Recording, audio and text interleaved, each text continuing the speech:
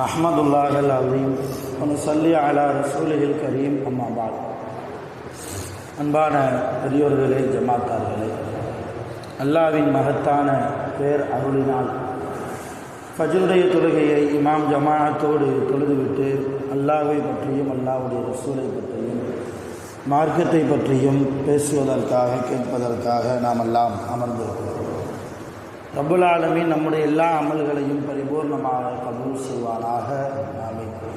கயிறு பரக்கத்துகள் நிறைந்த நாளாக கெட்ட முடிவுகளை விட்டும் முசீபத்துகளை விட்டும் உலகத்தின் ஆபத்துகள் அல்லாஹ்வின் படைப்புகளின் தீங்குகளை விட்டும் பாதுகாப்பு பெற்ற நாளாக அல்லாஹ் இந்த நாளை நமக்கு அமைத்து தருவானாக. ஆமீன். சங்கையானவர்களே, அல்லாஹ் அடியார்களை, மனிதர்களை விசாலமாக நடக்க சொல்கிறார்.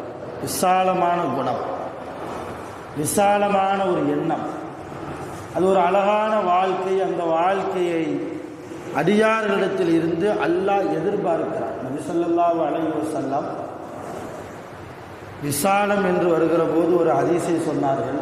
இர்ஹமு மன் ஃபில் அர்தி யர்ஹமுக்கும் மன் ஃபிஸ் ஸமாய். நீங்கள் பூமியில் உள்ளவைகளின் மீது இரக்கம் காட்டுங்கள். பூமியில் இருக்கிற அல்லாஹ்வுடைய படைப்புகள் விஷயத்தில் நீங்கள் விசாலமாக நடந்து கொள்வீர்களேயானால் வானத்தில் உள்ள அல்லாஹ் உங்கள் மீது இரக்கம் காட்டுவான். வானத்தில் உள்ள அல்லாஹ் உங்கள் மீது உங்களுக்கு விசாலமாக அவன் ரிசுக்கை, பரக்கத்தை, அவனுடைய அருளை, அவனுடைய ரஹ்மத்தை தங்கு தடையில்லாமல் அல்லாஹ் தருவான் என்று நபி ஸல்லல்லாஹு அலைஹி வஸல்லம் அவர்கள் கூறிய ஹதீஸையும் நாம் பார்க்கிறோம். உலகத்தில் மனிதர்களாக அல்லாஹ்வுடைய சிறந்த படைப்பாக படைக்கப்பட்ட நாம் அடுத்த மனிதர்களோடு ஒரு விசாலமான பார்வை நமக்கு வேண்டும், விசாலமான குணம் நமக்கு வேண்டும். கஞ்சத்தனமோ அல்லது அடுத்தவர்களை பற்றி உண்டான ஒரு விதமான தவறான எண்ணங்களை கொண்டுள்ள உள்ளமாகவோ நம்முடைய உள்ளங்களை நாம் என்ன செய்யக்கூடாது, ஒருபோதும் ஆக்கிவிடக்கூடாது. உங்கள் பேச்சில் கூட விசாலம் இருக்கட்டும் என்றார்கள் நபி ஸல்லல்லாஹு அலைஹி வஸல்லம். என் நாவுதான், நான் யோசிக்கிற பேச்சு தான் என் நாவின் வாயிலாக வெளியே வருகிறது. இருந்தாலும் என் பேச்சின் மூலமாக அடுத்தவர் காயப்படுவாரையானால் நான் சரியான முஸ்லிம் இல்லை என்கிறார்கள் நபி ஸல்லல்லாஹு அலைஹி வஸல்லம். என் பேச்சு அழகாக இருக்க வேண்டும், அதே நேரத்தில் அளவாகவும் இருக்க வேண்டும். பேச்சு என்பது அளவாகவும் இருக்கணும், அழகாகவும் இருக்கணும். பேச்சு அழகாக இல்லை என்றால் உன் மூலமாக யாரிடத்தில் நீ பேசுகிறாயோ அவர் பாதிக்கப்படுவார். உன்னுடைய பேச்சு அளவாக இல்லை என்றால் அந்த பேச்சின் மூலமாக நீ பாதிக்கப்படுவார் என்றார்கள் நபி ஸல்லல்லாஹு அலைஹி வஸல்லம். எந்த பேசுகிறோம் என்பது ரொம்ப முக்கியம். பயான் கூட அல்லாஹ்வை பற்றி தான் சொல்கிறோம், ரசூலுல்லாஹ் பற்றி தான் சொல்கிறோம். குர்ஆன், ஹதீஸு, வரலாறு, நல்லோர்களுடைய வாழ்க்கையின் மூலமாக நமக்கு கிடைக்கக்கூடிய படிப்பினை இதைத்தான் சொல்கிறோம். ஆனால் அதுக்கு ஒரு அளவு இருக்குது. ரொம்ப நேரம் நீண்டி கண்டன பேருகிற மாதிரி முழங்குனா எல்லாரும் தூங்கிடுவாங்க இல்லையா, அல்லது இருக்க முடியாமல் எந்திரிச்சு போயிடுவாங்க. இப்போ பேச்சின் கூட நன்மையான காரியங்களை சொல்வதிலும் கூட சுருக்கத்தை ஏற்படுத்துங்கள், அளவை ஏற்படுத்துங்கள். அப்படி பேசுகிற போது ஒரு அழகை நீங்கள் உங்கள் பேச்சில் ஆக்கிக் கொள்ளுங்கள். ரசூலுல்லாஹி ஸல்லல்லாஹு அலைஹி வஸல்லம் உங்கள் நாவு விஷயத்தில் உங்கள் விசாலம், உங்களுடைய உள்ளம் விசாலமாகட்டும், உங்கள் எண்ண ஓட்டங்கள் விசாலமாகட்டும். பனில் அம்பர் என்று ஒரு கோத்திரத்தார்கள் இருந்தார்கள். ரொம்ப மோசமானவங்க, ரசூலுல்லாஹ் காலத்தில் ரொம்ப மோசமானவங்க. யாராவது முஸ்லீமை பார்த்தா அவங்கள வேதனை செய்கிறது தான் அவங்க முக்கியமான வேலையாகவே இருக்கும். அப்பாவிகளை எல்லாம் கொன்று குவித்தார்கள். இரக்கம் என்பதற்கே, இரக்கம் என்றால் என்னவென்றே தெரியாத மக்கள் பனில் அம்பர் என்ற கோத்திரத்தை சார்ந்தவர்கள். ஒரு சமயம் முஸ்லீம்களால் அவர்கள் கைது செய்யப்பட்டார்கள். முஸ்லீம்களால் அவங்க கைது செய்யப்பட்டாங்க. நேராக ரசூலுல்லாஹ்ட்ட கொண்டு வந்து நிப்பாட்டினாங்க சஹாபாக்கள். யார் ரசூலல்லாஹ் வசமாக மாட்டிக்கிட்டாங்க. ஒவ்வொரு நேரமும் நமக்கு தொந்தரவு கொடுத்த இந்த கூட்டம் இன்றைக்கு நம்முடைய கையில் வசமாக மாட்டிக்கொண்டது. நீங்கள் தீர்ப்பு சொல்லுங்கள், இவர்களை என்ன செய்யலாம்? ரசூலுல்லாஹ் எடுத்த உடனே தீர்ப்பு சொல்ல மாட்டாங்க. வானத்திலிருந்து ஏதாவது உத்தரவு வருதா, அல்லாஹ்வின் புறத்திலிருந்து ஜிப்ரீல் அலைஹிஸ்ஸலாம் ஏதாவது கொண்டு வர்றாங்களா, அல்லாஹ்வுடைய தீர்ப்பு என்ன எதிர்பார்ப்பாங்க. அப்படி கொஞ்ச நேரம் கழித்து தீர்ப்பு வந்தது. சொன்னாங்க, எல்லோருக்கும் தூக்கு தண்டனை நிறைவேற்றுங்கள். ரசூலுல்லாஹ் சொல்லிட்டாங்க, எல்லோருக்கும் தூக்கு தண்டனை நிறைவேற்றுங்கள் அப்படின்னு சொல்லிட்டு அந்த பனில் அம்பர் கூட்டத்தில் இருக்கிற ஒருவரை மட்டும் ரசூலுல்லாஹ் கை காமிச்சு இவரை மட்டும் விட்டுருங்கன்னாங்க ரசூலுல்லாஹ். எல்லோருக்கும் தூக்கு தண்டனை, குறிப்பிட்ட இந்த நபரை மட்டும் என்ன செஞ்சிருங்க, விட்டுருங்க. அப்போ அந்த கூட்டத்தில் இருந்த செய்தனா அலி ரலியல்லாஹு கேட்டாங்க, யா ரசூலல்லாஹ், அர் ரப்பு வாஹிதுன், கடவுள் ரப்பு என்பவன் ஒருத்தன் தான், அல்லாஹ் தான். வத்தீனு வாஹிதுன், மார்க்கம் என்பது ஒரே மார்க்கம்தான். வல் ஹக்கு வாஹிதுன், சத்தியம் என்பது ஒரே சத்தியம்தான், நம்முடைய இஸ்லாம் தான். அப்படி இருக்கிற போது இவர்களெல்லாம் குற்றவாளிகள். இந்த பனிலம்பர் கூட்டம் எல்லாருமே குற்றவாளிகள். எல்லோருக்கும் தீர்ப்பு வழங்குவது தானே சமம், எல்லோருக்கும் ஒரே மாதிரி தீர்ப்பு வழங்குவது தானே சமம், எல்லோருக்கும் தூக்கு தண்டனை என்று சொல்லிவிட்டு இந்த ஒருவரை மட்டும் நீங்கள் இவருக்கு கொடுக்காதீங்க, தண்டனை கொடுக்காதீங்கன்னு சொல்றீங்களே, எந்த விதத்தில் நியாயம்? இது எப்படி? அலி ரலியல்லாஹு கேட்டாங்க ரசூலுல்லாஹ்ட்ட. அப்போ ரசூலுல்லாஹ் அலி ரலியல்லாஹு சொன்னாங்க, அலியே, நீங்கள் என்னை பார்த்து கேட்ட கேள்வியை நான் ஜிப்ரைலை பார்த்து கேட்டேன். ஜிப்ரைல் தான் கொண்டு வந்தார் செய்தியை. நான் ஜிப்ரைல் இடத்தில் கேட்டேன், எல்லோருக்கும் தூக்கு தண்டனை, அவருக்கு மட்டும் ஏன் விதிவிலக்கு, என்ன காரணம் என்று நான் ஜிப்ரைல் இடத்தில் கேட்டபோது ஜிப்ரைல் சொன்னார், யா ரசூலல்லாஹ், நீங்கள் கேட்டதை நான் அல்லாஹ்ட்டையும் கேட்டேன். எப்படி போகுது? அலி ரலியல்லாஹு ரசூலுல்லாஹ்ட்ட கேட்குறாங்க, ரசூலுல்லாஹ் ஜிப்ரைல் அலைஹிஸ்ஸலாத்தை கேட்டாங்க.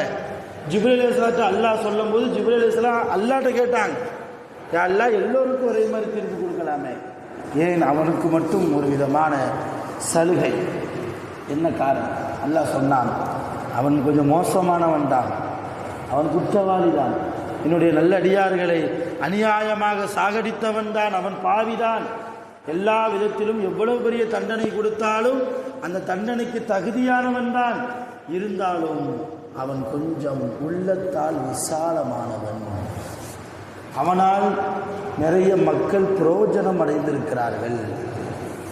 இல்லை, எனக்கு ஏதாவது உதவி செய்யுங்கள் என்று அவருடைய வீட்டு வாசலை யாராவது தட்டினால் இல்லை என்று சொல்லாமல் இருப்பதை கொடுத்து உதவுவான். உதவக்கூடிய மனோபக்குவம் அவனிடத்தில் உண்டு. யாராவது அவனுக்கு அநியாயம் செய்தால் அதை மன்னிக்கக்கூடிய மனோபக்குவம் அவனுக்கு உண்டு. தன் மனைவியிடத்திலும் கூட விசாலமாக நடப்பான், தன் பெற்றோர்களிடத்தில் விசாலமாக நடப்பான், நல்ல முறையில் நடப்பான்.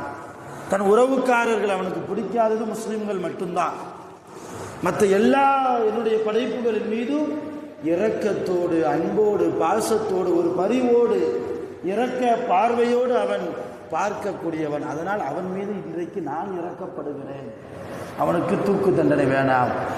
அல்லாஹ் என்ன சொன்னான் தெரியுமா? ஜிப்ரீலை பார்த்து, ஜிப்ரீலே, என் அடியார்கள் மீது, என் படைப்புகளின் மீது யார் இறக்கப்படுகிறார்களோ அவர்களுடைய ஆயுளை நான் உலகத்தில் கூட்டுவேன்.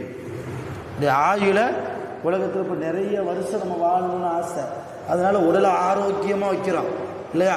ஒரு குறிப்பிட்ட வயதிற்கு பின்னால் தேவையில்லாத உணவுகளை எல்லாம் டாக்டர் சொல்வதற்கு முன்னாலேயே தவிர்க்கிறோம். ஒரு 40-50 வயசுக்கு மேலே போயிடுச்சு, ரொம்ப இனிப்பு சாப்பிடக்கூடாது, சுகர் வந்துடும், ரொம்ப மட்டன் எடுக்கக்கூடாது, அது வந்துடும், இது வந்துடும் என்றெல்லாம் சொல்லி என்ன செய்கிறோம்? நமக்கு நாமே ஒரு கட்டுப்பாடு. ஏன்? அதிக காலம் உலகத்தில் வாழணும். அல்லாஹ் என்ன சொன்னால், அதிக காலம் வாழணுமா? உள்ளத்தை விசாலமாக்குங்கள், உங்கள் எண்ண ஓட்டங்களை கொஞ்சம் தூய்மைப்படுத்துங்கள், அடியார்கள் மீது இறக்கப்படுங்கள். யாராவது கஷ்டத்தில் இருக்கிறார்களா, சிரமத்தில் இருக்கிறார்களா, தேடி போய் உங்கள் விசால குணத்தை நீங்கள் காட்டுங்கள். அல்லாஹ் உங்கள் மீது விசாலப்படுவான், அல்லாஹ் உங்களுக்கு உங்கள் விஷயத்தில் அவன் விசாலமாக நடப்பான் என்றார்கள் நபிகள் நாயகம் ஸல்லல்லாஹு அலைஹி வஸல்லம். ஆக இப்போ நாம் அல்லாஹ்விடத்தில் உயர்ந்தவர்களாக கருத வேண்டும் என்றால், இந்த பனில் அம்பர் கூட்டத்தில் அந்த மனுஷன் அல்லாஹ்வை வணங்காதவன் தான், இஸ்லாமியன் அல்ல, அவன் அல்லாஹ்வுக்கு எதிரி, சொல்லப்போனால் ரசூலுல்லாஹ்வுக்கு எதிரி.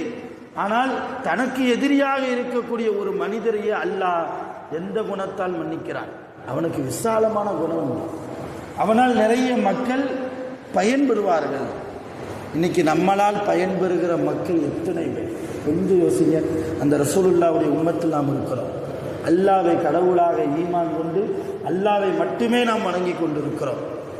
ஒன்றை மட்டும் புரிஞ்சுக்குவாங்க, பள்ளிவாசல்ல தான் அல்லாவை தேடணுங்கிறது இல்லை. அல்லாவுக்கு ஒரு குறிப்பிட்ட இடமே கிடையாது. அல்லாவுக்கு குறிப்பிட்ட இடமே கிடையாது. எல்லா இடத்துலையும் அல்லாஹ் இருக்கிறான்.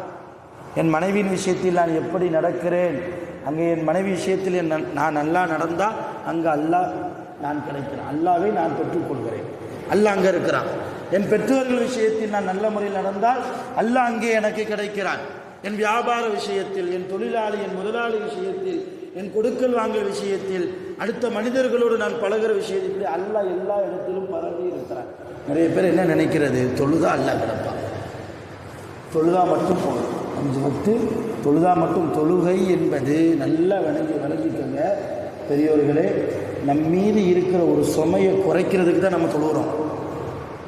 இது ஃபர்து, கடமை, கண்டிப்பாக தொழுது ஆகணும். நம் மீது அல்லாஹ் கட்டளை போட்டான். அந்த கட்டளை குறித்து நாளை அல்லாஹ் கியாமத்தில் கேள்வி கேட்கக்கூடாது. தொழுதியா, ஃபஜ்ர் தொழுதியா, லுகர் தொழுதியா, கடமையான 5 நேர தொழுகையை தொழுதியா அப்படின்னு கேள்வி கேட்கக்கூடாது. அந்த கேள்வியிலிருந்து தப்பிப்பதற்காகத்தான் தொழுகை. அருமையான பெருமக்களை, இது அல்லாமல், தொழுகை என்கிற இபாதத் அல்லாமல் மற்ற இடங்களிலெல்லாம் நல்ல விசாலமான குணத்தோடு நாம் நடந்தால் அல்லாஹ்வுடைய ரஹ்மத்து கிடைக்கும். அல்லாஹ்வுடைய விசாலம், அதை அனுபவிக்கிற பாக்கியம் இந்த உலகத்திலும் நாளை மறு உலகத்திலும் நமக்கு கிடைக்கும். ஆக நம்முடைய உள்ளங்களை விசாலப்படுத்த வேண்டும். சொந்த குடும்பத்திலிருந்து நாம் ஆரம்பிக்க வேண்டும். என் மனைவி எனக்கு பிடிக்கலையா, ரசூலுல்லாஹ் சொன்னாங்க, உன் மனைவி அடுத்த வீட்டிலிருந்து வரக்கூடிய ஒரு பெண், எல்லா விதத்திலும் உனக்கு தோதுவா அவன் நடக்கணும்னு நீ எதிர்பார்க்குற, அது முடியாது. உன் மனைவி உனக்கு பிடிக்காத காரியத்தை ஏதாவது செய்துவிட்டால், அல்லது உனக்கு பிடிக்காத ஒரு குணம் உன் மனைவியிடத்தில் இருந்தால் அதை நீ பார்க்காதே என்றார்கள் நபி ஸல்லல்லாஹு அலைஹி வஸல்லம். அதை நீ பார்க்காத. ஏதாவது ஒரு விஷயத்தில் உன் மனைவியிடத்தில் உனக்கு பிடிச்ச ஒரு குணம் இருக்கும் இல்லையா, அதை பார்த்து நீ பொருந்திக்கொள். உன் கணவன், உன் மனைவியினுடைய கணவனாக இருக்கக்கூடிய உன்னை அடுத்தவரிடத்திலே உன் மனைவி விட்டு கொடுக்காததை போல நீயும் உன் மனைவியை என்ன செய்யக்கூடாது, அடுத்தவருக்கு முன்னால் விட்டு கொடுக்காது. இப்படி ஒரு அழகான குடும்ப வாழ்க்கையை நீங்கள் வாழ வேண்டும் என்கிறார்கள் நபி ஸல்லல்லாஹு அலைஹி வஸல்லம். இதுதான் விசாலமான குணத்தினுடைய அடிப்படை. முதல்ல என் மனைவிட்ட ஆரம்பிக்கணும், என் பிள்ளைகள்கிட்ட ஆரம்பிக்கணும். பிள்ளை தான் நான் முதல்ல சொன்ன மாதிரி நாவை கட்டுப்படுத்துறீங்க. நிறைய குடும்பங்களில் பிரச்சனை, பிள்ளைகள் வாலிப பருவத்தை அடைந்ததற்கு பின்னால் பெற்றோர்களை கவனிக்காமல் இருப்பதற்கு என்ன காரணம்னா, என் பிள்ளைங்கிற உரிமையோடு ரொம்ப பேசுறது, அளவுக்கு மீறி பேசுறது. உன் பிள்ளையாக இருந்தாலும், நாம் பெற்றெடுத்த பிள்ளையாக இருந்தாலும் அவர்களுக்கும் சில மனங்கள் உண்டு. எப்படி நினைப்பாங்கன்னு தெரியாது. அவர்களிடத்தில் பேசுவதை கூட நாம் அழகாக்கிக்கிடணும், அளவாக்கிக்கிடணும். அழகும் இருக்கணும், அளவு இருக்கணும். அதில் விசாலம் இல்லை என்றால், கடுமையாக பிள்ளைகள்கிட்ட பேசினோம்னா ஒரு குறிப்பிட்ட காலத்திற்கு பின்னால் நம்முடைய பிள்ளைகள் நமக்கு இல்லாமலேயே போய்விடுவார்கள். அல்லாஹ் நம் அனைவர்களையும் பாதுகாக்க வேண்டும். அருமையான பெருமக்களை, உலகத்தில் வாழ்கிற போது அழகான சிந்தனை உள்ளவர்களாக, நல்ல விசாலமான குணங்களை கொண்டவர்களாக நாம் உலகத்தில் வாழ்வோம். வல்ல ரஹ்மான் அப்படிப்பட்ட நல்ல நற்குணங்களை கொண்ட மேன்மக்களாக நாம் வாழ்வதற்கு அல்லாஹ் அருள் புரிவானாக. நாளை கியாமத்தில் அல்லாஹ்வுடைய விசாலத்தை அனுபவித்து சுவனத்திற்குள் நுழையக்கூடிய சுவனவாசிகளாக அல்லாஹ் நம் அனைவர்களையும் முழுமையாக கபூல் செய்வானாக. ஆகிரு தஅவானா அல்ஹம்துலில்லாஹி ரப்பில் ஆலமீன். சுப்ஹானல்லாஹி வ பிஹம்திஹி, சுப்ஹானல்லாஹி வ பிஹம்திஹி, அஷ்ஹது அன் லா இலாஹா இல்லா அன்த, அஸ்தக்ஃபிருக வ அத்தூபு இலைக்.